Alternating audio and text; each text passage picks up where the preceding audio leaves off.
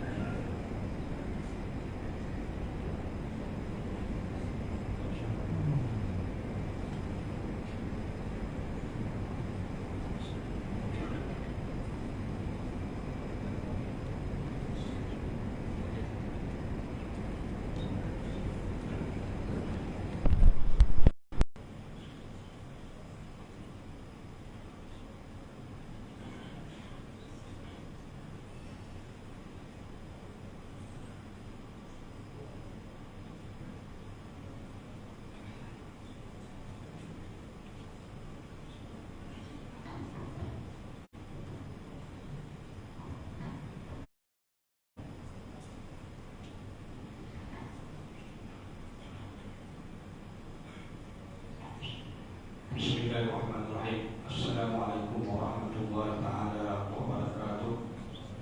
Yang berbahagia Fadil Ustaz selaku imam yang kita hadir pada hari ini, sidang Jumat yang dirahmati Allah sekalian.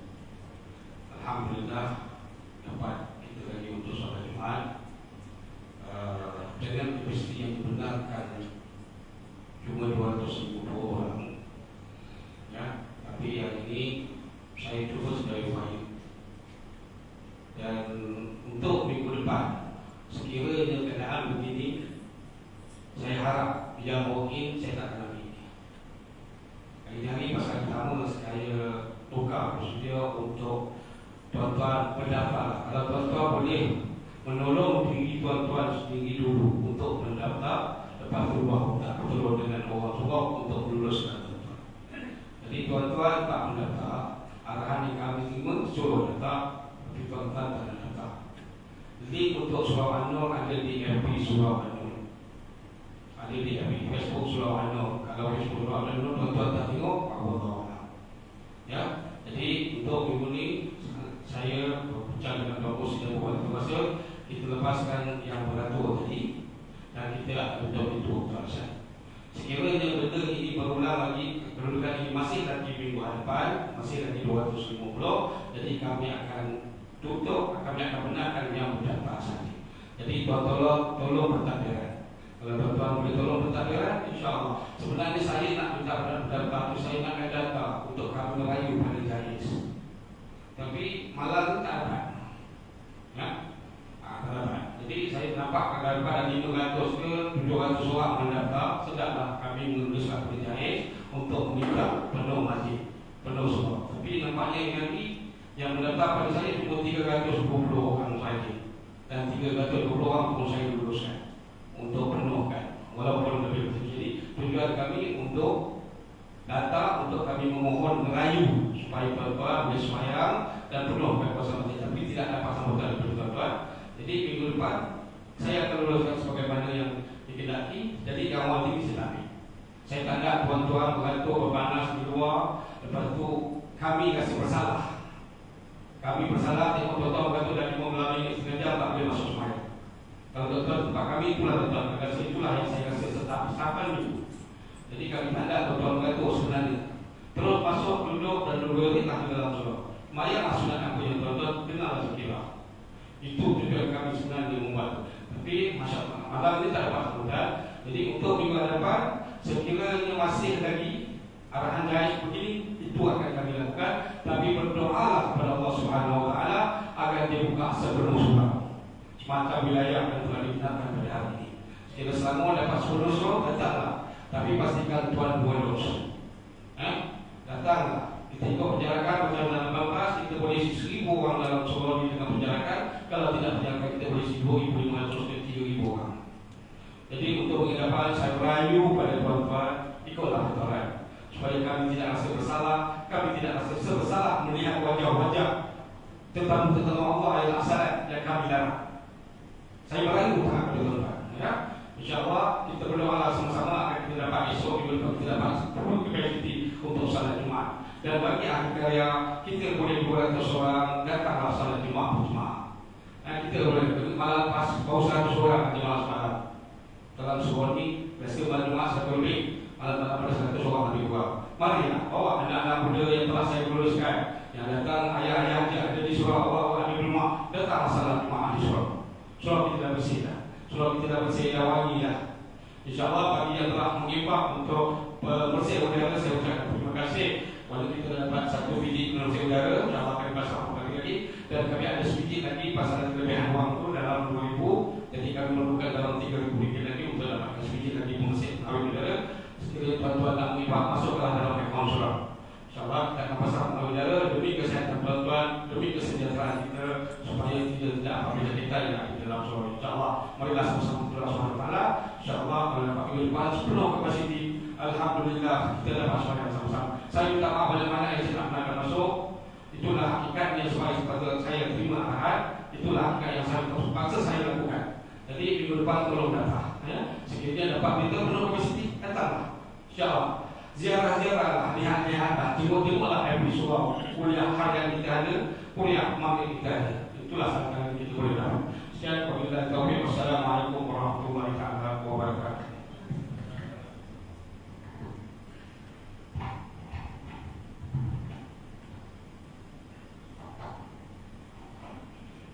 Inna Allah wa malaikatahu yusalluna 'alan nabi ya ayyuhalladzina amanu sallu 'alaihi wa sallimu taslima.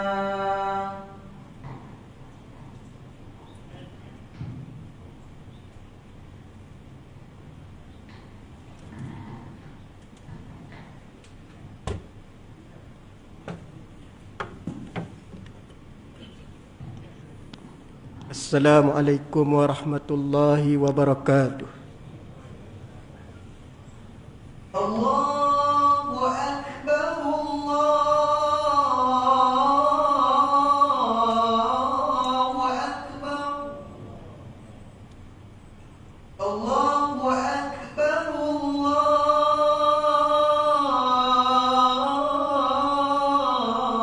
Allahu Akbar.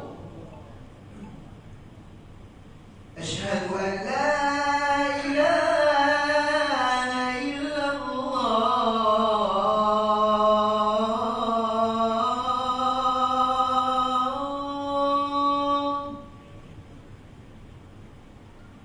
Asyhadu an la ilaha illallah.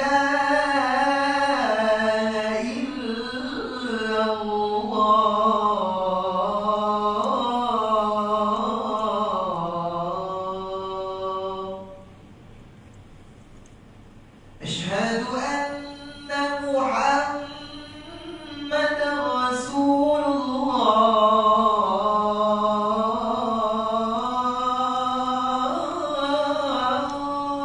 الله. أشهد أن محمدا رسول الله.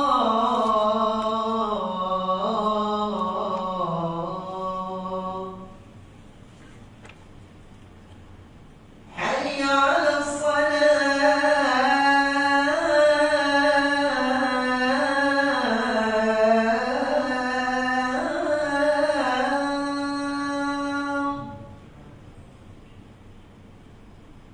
حي على الصلاة.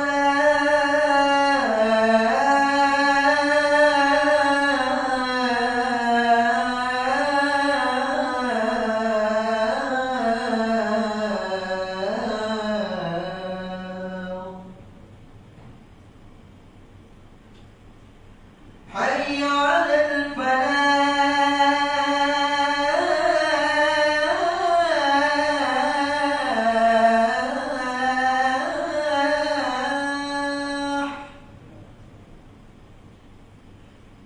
حي على الفلاح.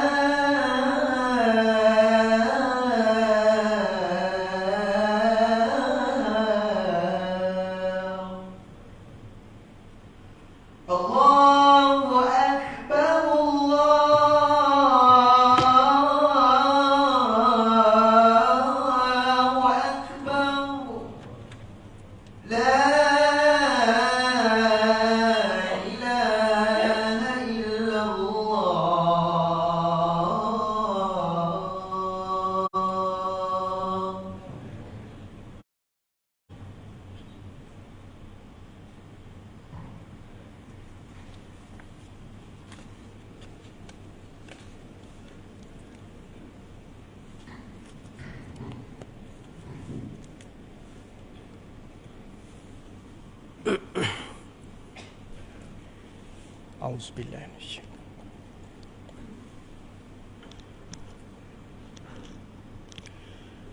Alhamdulillah. Alhamdulillahil qail. Kama qala Allah Ta'ala fi kitabihil karim ba'da a'udzu billahi minasyaitonir rajim.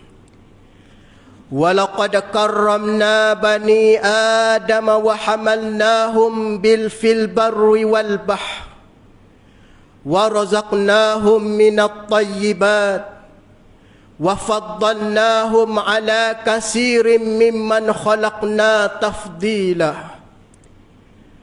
Ashhadu an la ilaha illallah wahdahu la syarika lah wa ashhadu anna Muhammadan abduhu wa rasuluh. Allahumma salli wa sallim ala Sayyidina Muhammad wa ala alihi wa ashabihi ajmain. Amma ba'd. Faya ayyuhal muslimun ittaqullah. Ittaqullah usikum wa iyaya bitaqwallah faqad fazal muttaqun. Kama qala Allah Ta'ala fi kitabihil karim. Ya ayyuhallazina amanu ittaqullaha haqqa tuqatih wa la tamutunna illa wa antum muslimun. Muslimin yang dirahmati, yang berbahagia pada hari Sayyidul Ayyam. Pertama dan utama, khatib berpesan kepada diri sendiri khasnya dan kepada kaum muslimin secara umumnya. Marilah sama-sama kita memperingatkan diri kita dengan mengingatkan bertakwa pada Allah.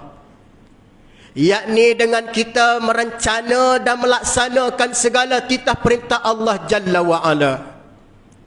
Dalam masa yang sama juga khatib mengajak tuan-tuan, marilah kita berazam dan bernekat di dalam diri kita sebenar-benar keazaman dan sebenar-benar dalam keadaan kita nekat untuk kita meninggalkan segala larangan dan tegahan Allah seperti mana yang telah disampaikan oleh Rasul junjungan kita Nabi sallallahu alaihi wasallam.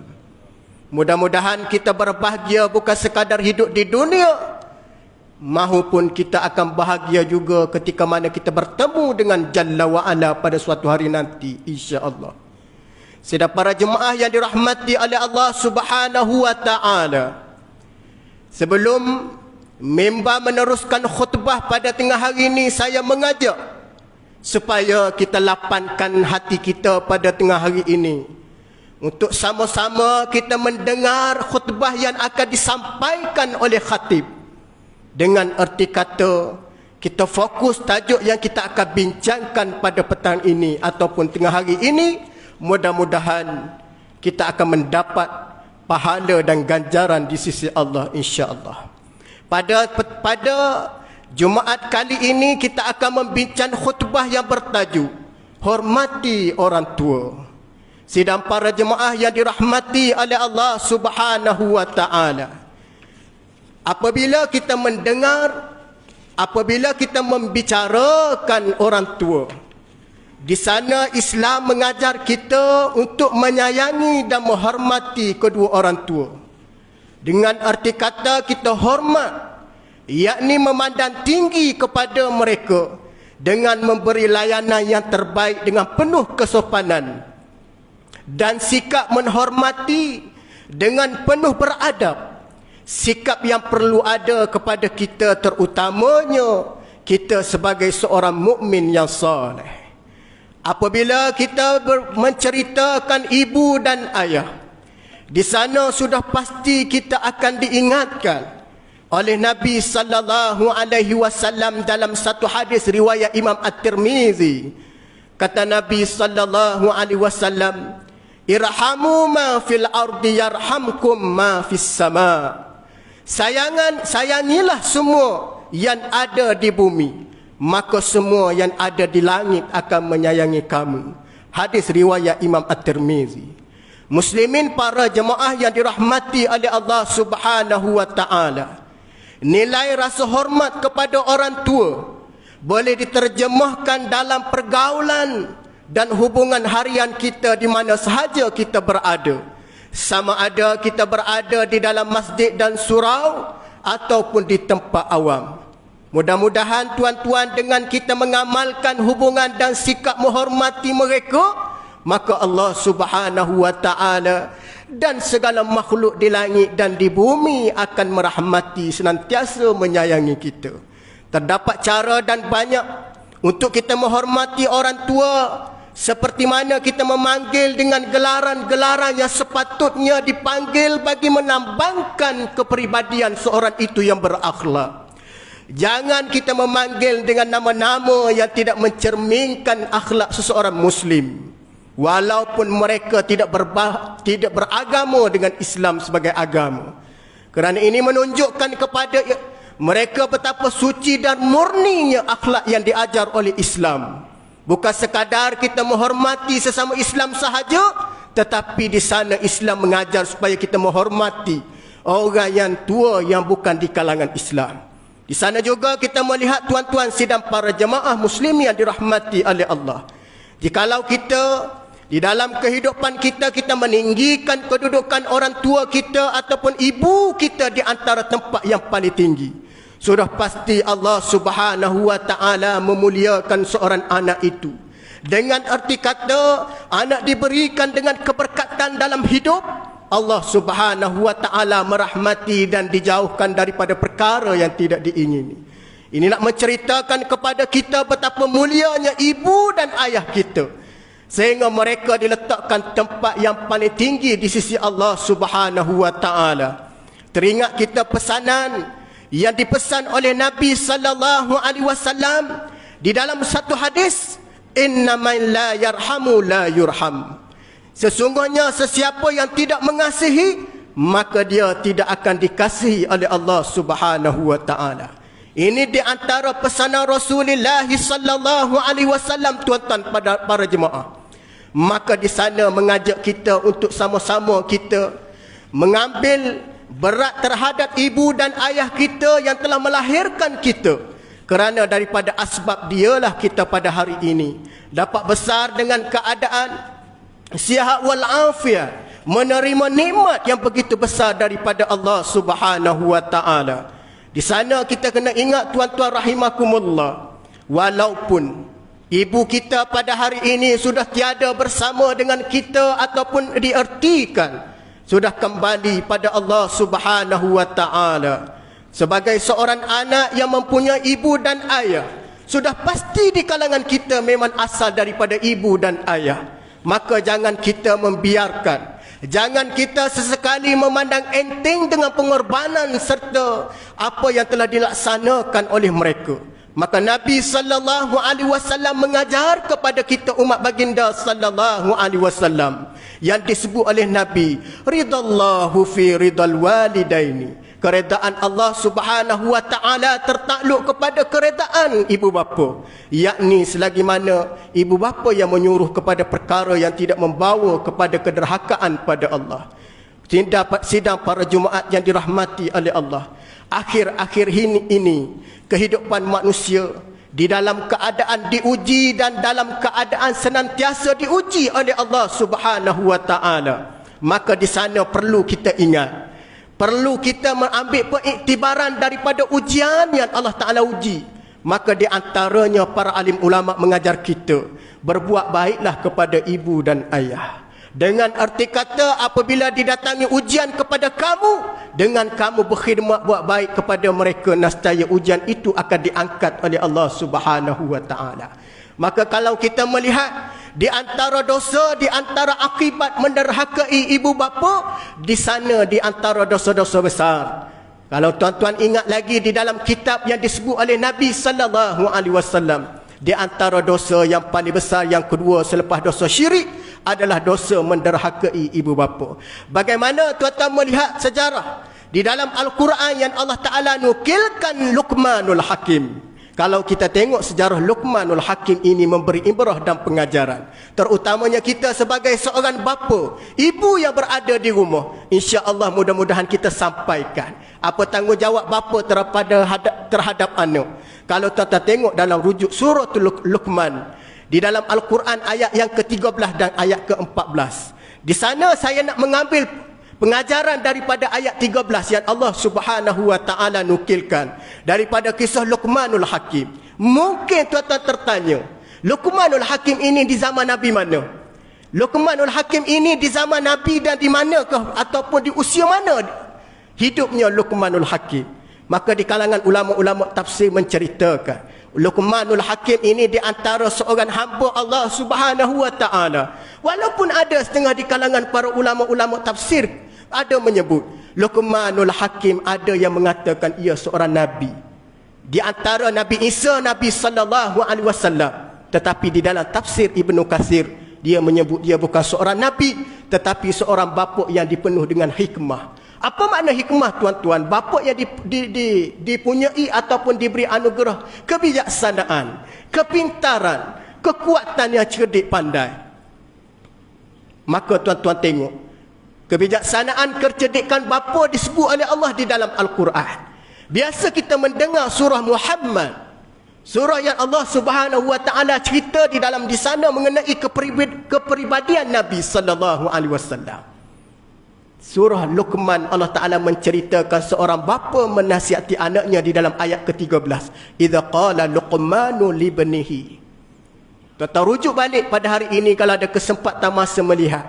Anda nak mengambil ayat 13 daripada pengajaran yang dapat kita ambil, di antaranya kata Luqmanul Hakim kepada anak anda kesayangannya. Apa pesan Luqmanul Hakim? Ya bunayya la tusyrik billah. Ini di antara poin kita mengenai kehormatan ataupun perlu dan wajib kita menghormati ibu dan bapa. Bagaimana Luqmanul Hakim menitik beratkan dalam soal kepada anaknya. Pertama, la tusyrik billah. Jangan kamu syirik pada Allah. Kenapa Luqmanul Hakim berpesan sedemikian tuan-tuan? Kerana di sana kebimbangan terhadap anak kesayangannya supaya jangan mereka syirik. Kenapa Islam melanggar ataupun melarang daripada perbuatan syirik? Inna syirka la zulmun azim. Kerana perbuatan syirik itu adalah kezaliman yang paling besar. Ini poin kita, bagaimana anak ayahanda kepada anak anda menasihati anaknya la tusyrik billah. Bagaimana Nabi sallallahu alaihi wasallam menyebut di antara dosa yang pertama yang besar adalah dosa syirik. Bagaimana ayat yang ke-14 Luqmanul Hakim berpesan kepada anaknya, di antaranya yang disebut buatlah baik kepada ibu dan ayah pada ayat yang ke-14 yang disebut wa wasainal insana biwalidaini, buat baiklah pada mak dan ayah. Ini di antara ayat yang menjadi motivasi dan menjadi pedoman kepada kita apabila kita membicarakan tentang Luqmanul Hakim. Ramai orang yang mengingati sejarah Luqmanul Hakim, tetapi mereka di kalangan kita terlupa nak mengambil pesanan-pesanan yang begitu hikmahnya. Jangan syirik, yang kedua, jangan kamu derhaka pada mak. Bagaimana kita melihat ibu dan ayah ini, Rasulullah sallallahu alaihi wasallam menetapkan manusia yang paling special. Selepas aku, kata Nabi, ibu dan ibu kamu. Maknanya ibu berada pada tempat yang paling tinggi di sisi Allah Subhanahu wa taala, menandingi kehebatan dunia yang lain. Ibu adalah tempat yang paling tinggi dan paling istimewa. Ini dibuktikan oleh Rasulullah sallallahu alaihi wasallam. Pernah satu ketika Nabi sallallahu alaihi wasallam ditanya oleh para sahabat, ya Rasulullah, didatangi pemuda kepada Nabi, ya Rasulullah, hamba ini seorang yang melakukan dosa besar, yakni membunuh. Tatkala hamba membunuh lagi, apakah diampunkan dosa? Kata seorang pemuda kepada Nabi sallallahu alaihi wasallam. Maka kata Nabi sallallahu alaihi wasallam, adakah kamu punya kedua ibu bapa? Adakah kamu mempunyai kedua ibu bapa? Pemuda itu menjawab, ya Rasulullah, ya, saya masih mempunyai keduanya. Maka kata Nabi, kamu kembalilah kepada keduanya, kamu bermohonlah kemaafan kepada keduanya. Apa makna dia tuan-tuan? Maknanya di sini bahawasanya dosa besar bagaimanapun, walaupun sebesar manapun, Allah Subhanahu wa taala berhak untuk mengampunkan dosa manusia. Tetapi jangan dosa dengan ibu bapa. Kerana ibu bapa ini di antara dosa yang tidak diampunkan oleh Allah, melainkan pada diampunkan oleh dia. Bagaimana Nabi sallallahu alaihi wasallam berani menyebut kehinaan. Kalau kita tengok, Nabi tidak menghina orang, tuan-tuan. Nabi tidak menghina, tetapi ada dalam satu hadis riwayat daripada Imam Muslim, Nabi pernah menggunakan kalimah yang mana membawa erti kehinaan. Kalau kita melihat dalam satu hadis, Nabi bersabda, raghima anfu, summa raghima anfu, summa raghima anfu. 3 kali Nabi mengulangkan perkataan yang sama. Apa makna di sana, tuan-tuan?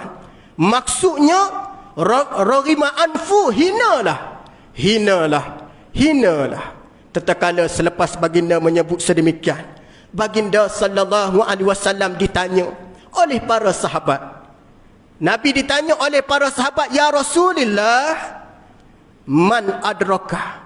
Yang disebut oleh Nabi sallallahu alaihi wasallam, sahabat tanya, man ya Rasulullah, siapa dia yang dimaksudkan oleh kamu hina tadi?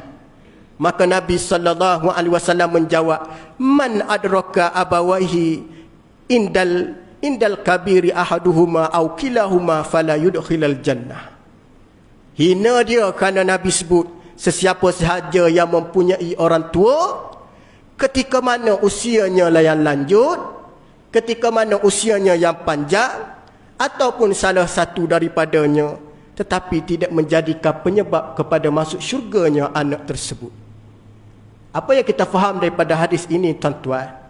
Apabila ibu dan ayah berada pada usia tua, anak tadi tidak berkhidmat kepada mereka, ini di antara penyebab seorang anak itu tidak dimasukkan ke dalam syurga, wal-iyazubillah.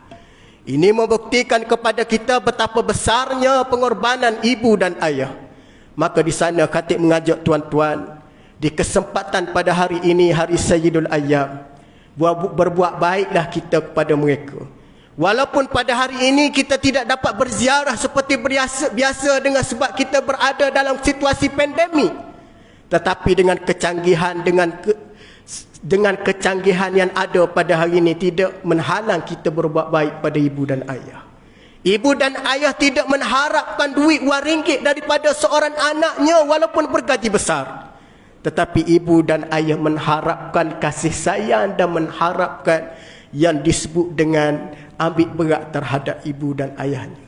Ibu dan ayah tidak mengharapkan anak-anak yang berjawatan untuk menghantarnya pergi menunaikan ibadat haji, tetapi cukuplah dengan kita memuliakannya, menunaikan hak terhadap ibu bapa di waktu mereka berada dalam usia yang tua.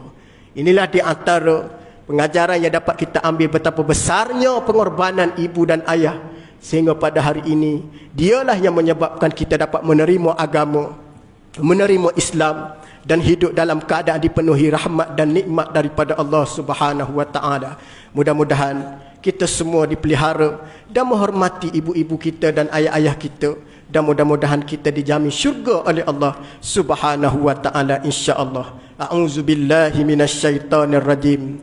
Wa wassaynal insana biwalidayni ihsana hamalatu ummuhu kurhan wa wada'athu kurha wa hamluhu wa fisaluhu 30 syahra hatta iza balagha ashuddahu wa balagha 40 sanah qala rabbi auzi'ni ashkura ala ni'matika allati an'amta alayya wa ala walidayya wa an a'mala salihan tardah wa aslih li fi zurriyyati inni tubtu ilaika wa inni minal muslimin. Dan kami wajibkan manusia berbuat baik pada kedua ibu bapa, ibunya yang telah mengandungnya dengan menanggung susah payah dan telah melahirnya dengan menanggung susah payah, sedang tempoh mengandungnya beserta dengan tempoh menceraikan susunya ialah dalam masa 30 bulan setelah ia besar sampai ke peringkat dewasa yang sempurna kekuatannya dan sampai ke peringkat umur 40 tahun.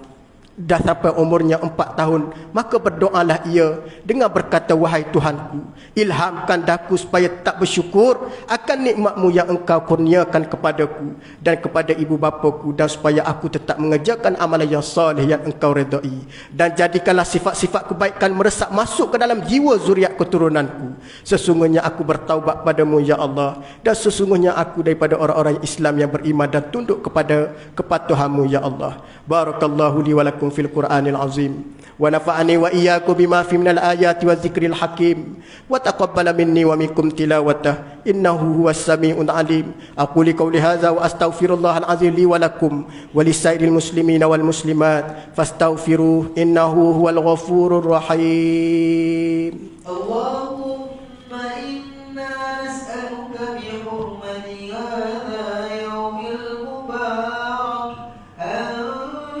takhshif 'anna kurbatana wa an taghfir lana dhunubana wa an tarzuqna min haythu la nahtasib bi rahmatika ya arhamar rahimin. Walhamdulillahi Rabbil Alamin.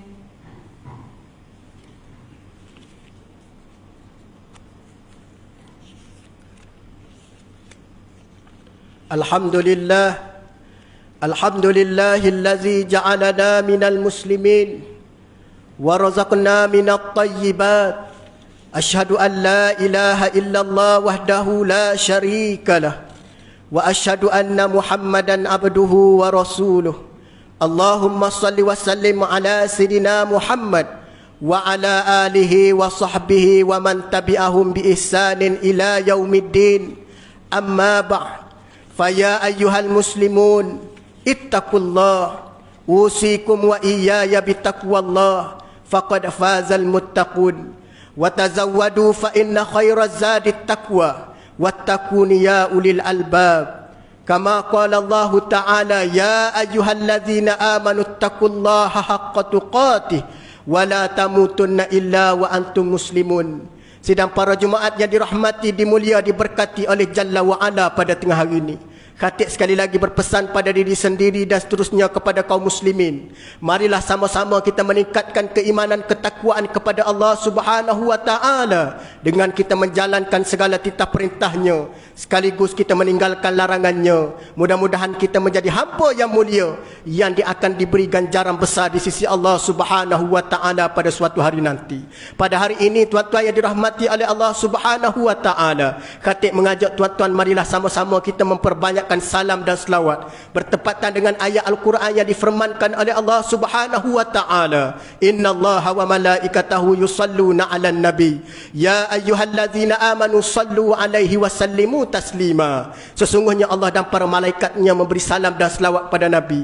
Sesungguhnya Allah dan para malaikatnya memberi salam dan selawat pada nabi. Wahai orang-orang yang beriman, memberi salam dan selawatlah kalian kepada Rasulullah sallallahu alaihi wasallam. Mudah-mudahan kita akan diberi kesejahteraan dan akan diberi syafaat oleh Nabi sallallahu alaihi wasallam insya-Allah. Di dalam satu hadis Nabi sallallahu alaihi wasallam bersabda, "Man shalla alayya marratan sallallahu alaihi asyarah." Barang siapa berselawat ke atasku dengan satu selawat, Allah dan para malaikatnya berselawat dengan 10 kali selawat. Ini ganjaran kelebihan ataupun gandaan yang akan diberi oleh Allah Subhanahu wa Ta'ala. Pada hari ini juga tuan-tuan jangan lupa kita memperbanyakkan doa kepada Allah Subhanahu wa Ta'ala di situasi kita diuji dengan pandemik, dalam keadaan yang mana dalam keadaan tidak menentu angkanya dengan kematian dan sebagainya. Marilah kita jadikan pada hari Sayyidul Ayyam sebagai hari untuk kita menadah munajat pada Allah. Mudah-mudahan doa kita didengar, bahkan akan dimustajabkan oleh Allah Subhanahu wa Ta'ala insya-Allah. Allahumma ighfir lil muslimina wal muslimat wal mu'minina wal mu'minat al ahya'i minhum wal amwat innaka sami'un qaribun mujibud da'wat wa ya qadiyal hajat. Allahumma inna nas'aluka wa natawassalu ilaika bi nabiyyikal amin wa nas'aluka bi asma'ikal husna wa sifatikal uzma an tahfaza bi aini inayatika rabbaniyah wa bi hifzi wiqayatika samadaniyah jalalata manil kinal muazzam sultan Selangor Darul Ihsan wa Raja Muda Selangor. Allahumma inna nas'aluka ridhaka wal jannah wa na'udzubika min sakhatika wan nar. Allahumma innaka afuwun karim tuhibbul afwa fa'fu anna wa an walidina wa an jamil muslimina wal muslimat wal mu'minina wal mu'minatil ahya'i minhum wal amwat bi rahmatika ya arhamar rahimin. Ya Allah, ya Tuhan kami, ya Allah, pada tengah hari ini kami bilangan kapasiti agak ramai berbanding pada hari-hari Jumaat sebelum ini, ya Allah. Kiranya pada hari ini kami menadah tangan padamu, ya Allah, sebagai hamba yang hina lagi lemah, ya Allah. Kiranya ada di antara kami, ya Allah, yang masih ada dosa, sama ada kami sedari ataupun sedari, ya Allah. Gugurkanlah dosa-dosa ini, ya Allah, seperti mana gugurnya daun-daun yang kering, ya Allah. Ya Allah, ya Tuhan kami, pada saat ini, ya Allah, kami dalam keadaan begitu sedih dan begitu rasa dalam keadaan sepi dan sayu, ya Allah. Apabila dalam keadaan hati-hati kami ada sebilangannya yang mana tidak dipautkan dengan keimanan. Dalam keadaan jiran-jiran tetangga kami, di antara jiran-jiran setaman kami yang masih dalam keadaan tidak terpaut dengan keimanan. Maka ya Allah, kau sedarkanlah, ya Allah, hati-hati mereka, ya Allah. Kau gerakkan hatinya, ya Allah, untuk sama-sama menhadiri ke rumahmu ini, ya Allah. Kerana pada ketika ini, ya Allah, rumah ini dalam keadaan menanti ketibaan daripada tetamu-tetamumu, ya Allah. Ya Allah, ya Tuhan kami, jadikan ibrah pengajaran daripada COVID-19 yang menguji kami bertahun lamanya, ya Allah. Mudah-mudahan ujian COVID ini menyebabkan keimanan dan keimanan kami bertambah. Bahkan dalam keadaan kami benar-benar bergantung harap padamu, ya Allah. Ya Allah, ya Tuhan kami, di saat ini, ya Allah, ada di kalangan jiran tetangga sahabat kami yang diuji dengan kesakitan, ya Allah, kau sembuhkanlah, ya Allah, penyakit tersebut. Ya Allah, ya Tuhan kami, pada saat ini, ya Allah, kami rindukan di antara wajah Nabi sallallahu alaihi wasallam, ya Allah. Kau temukan kami, ya Allah. Kau temukan kami, ya Allah. Kau temukan kami pada suatu hari dengan Nabi junjungan kami ini, ya Allah. Kami senantiasa menyebut nama-namanya, ya Allah. Walaupun dalam keadaan walau bagaimanapun, ya Allah, kami rindu dan kami nak juga bertemu dengan Nabi kami, ya Allah. Ya Allah, ya Tuhan kami, berikanlah di antara kami ini ataupun para jemaah ini, kami ini akan mendapat syafaat Nabi-Mu, ya Allah. Kerana betapa besarnya syafaat Nabi ini, ya Allah, yang menyebabkan kami dimasukkan ke dalam syurga dan yang paling mulia di sisi-Mu, ya Allah. Ya Allah, ya Tuhan kami, kau berikanlah kekuatan kepada kami untuk menjadi anak yang soleh dan solehah kepada ibu dan ayah kami ini, ya Allah. Kerana ada di kalangan kami, ya Allah, ada di kalangan kami, ya Allah, masih mempunyai ibu ketika ini, ya Allah. Kau berikanlah kekuatan pada kami untuk kami mengkhidmatkan sakibaki umurnya, melakukan kebaikan padanya, ya Allah. Jika ada di kalangan kami, ya Allah, jauh hubungan dengan ibu pada saat ini, ya Allah, kau berikanlah kesedaran pada kami untuk dapatkan hubungan dengan ibu, ya Allah. Kau berikanlah kekuatan pada kami untuk menanya kabar padanya, ya Allah. Ya Allah, ya Tuhan kami, di saat ini, ya Allah, betapa banyaknya bala dan ujian, salah satunya di antara mereka yang menderhaka ibu, ya Allah. Maka kami mohon padamu, ya Allah, kau gerakkan hati para sahabat kami ini, ya Allah, untuk terus menjaga dan mengharmonikan suasana hubungan dengan ibunya, ya Allah. Ya Allah, ya Tuhan kami, pada hari ini juga kau gugurkanlah segala dosa-dosa kami, ya Allah, terutamanya dosa ahli Korea kami yang ada dalam surau ini, ya Allah. Sama ada dosa mereka sedar ataupun tidak sedari, ya Allah. Ya Allah, ya Tuhan kami memohon padamu, ya Allah, setelah beri hidayah Islam pada kami, jangan pesongkan hidayah ini, ya Allah. Jangan pesongkan hidayah ini, ya Allah. Jangan pesongkan hidayah ini, ya Allah, sampai kami lupa tanggungjawab kami terhadapmu, ya Allah. Ya Allah, ya Tuhan kami, berikanlah kekuatan kepada kami, berikanlah kekuatan kepada pemimpin-pemimpin kami, ya Allah. Kau berikanlah kekuatan dan kau sedarkan mereka, ya Allah, untuk menunaikan tanggungjawab terhadap rakyatnya, ya Allah. Kerana kami adalah rakyat di bawahnya, ya Allah. Kerana mereka menjadi pemimpin kami, ya Allah, kami bimbang dan kami khawatir, ya Allah, daripada kelalaian mereka menunaikan tanggungjawab pada hari ini, ya Allah. Mereka akan ditanya pada suatu hari nanti, ya Allah. Ya Allah, jadikan kami rakyat yang mana memuliakan di antara kami. Jauhkan daripada bala dan malapetaka kepada kami ya Allah. Rabbana hab lana min azwajina wa zurriyyatina wa qurrati a'yun waj'alna lil muttaqina imama. Rabbana atina fid dunya hasanah wa fil akhirati hasanah wa qina azabannar. Ibadallah, innallaha ya'muru bil adli wal ihsan wa ita'izil qurba wa yanha 'anil fahsya'i wal munkari wal baghi. Ya'izukum la'allakum tazakkarun. Fazkurullahal azim yazkurkum washkuruhu ala ni'mahi yazidkum was'aluhu min fadli yu'tikum wa la zikrullahu akbar wallahu ya'lamu ma tasna'un. Aqimus shalah.